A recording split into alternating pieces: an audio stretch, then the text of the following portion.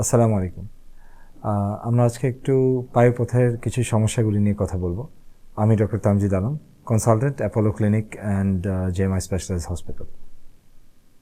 পায়ুপথের কিছু কমন সমস্যা যেগুলি নিয়ে রোগীরা আমাদের কাছে আসে সেটা হচ্ছে যে পায়ুপথে ব্যথা অথবা পায়ুপথে রক্তপাত করা, এই জিনিসগুলি নিয়ে সবাই আমাদের কাছে আসে। তো পায়ুপথে রক্তপাত করা মানেই যে পাইলস বা মানেই যে এটা ক্যান্সার তা কিন্তু না। তো আমরা কিছু কিছু জিনিস আমরা পরীক্ষা নিরীক্ষা করি ডাক্তার হিসাবে। দেখি যে পায়ুপথটা যখন আমরা এক্সামিন করি তখন দেখতে পারি যে পায়ুপথে কোনো চাকা আছে কিনা বা টিউমার আছে কিনা বা কোনো পাইলস আছে কিনা।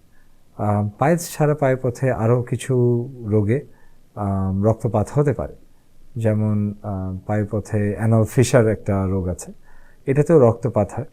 তো এই রক্তপাতটা সাধারণত খুব টাটকা রক্তপাত হয়, কিন্তু অল্প, কিন্তু এই রক্তপাতের সাথে ব্যথা হয়ে থাকে।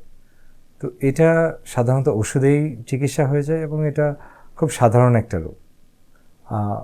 আরেক সাইডে আছে পাইলস বা হেমোরয়েড আমরা যেটা বলি, সেখানে রক্তপাত প্রচুর হয় কিন্তু এখানে ব্যথা কম হয় এবং পায়ুপথে এই সময় দেখা যায় যে টয়লেট করার সময় পায়ুপথে কিছু ফুলে যায়, কিছু গোটার মতো অনুভব হয়, যেটা টয়লেট করার পরে বা মলত্যাগ করার পরে এই গোটাগুলি মিশে যায়।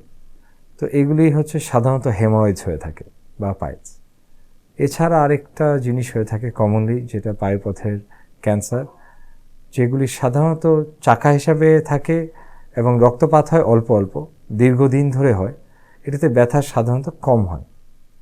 তো এইসব সমস্যার জন্যে আমরা যখন কোলোরেক্টাল সার্জারি বা কোনো জেনারেল সার্জনের কাছে আসবেন তখন আমরা পরীক্ষা করে দেখে আমরা বলতে পারি বিভিন্ন টেস্টের মাধ্যমে যে কার কী রোগ হয়েছে এবং কোনটার জন্য কী চিকিৎসা দরকার।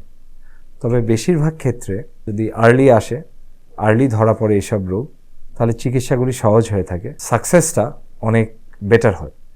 সো আপনারা দেরি না করে আপনারা অলওয়েজ পায়ুপথের কোনো সমস্যা হলে একজন সার্জনের সাথে যোগাযোগ করবেন এবং তাদের চিকিৎসা পরামর্শ নেবেন। ধন্যবাদ।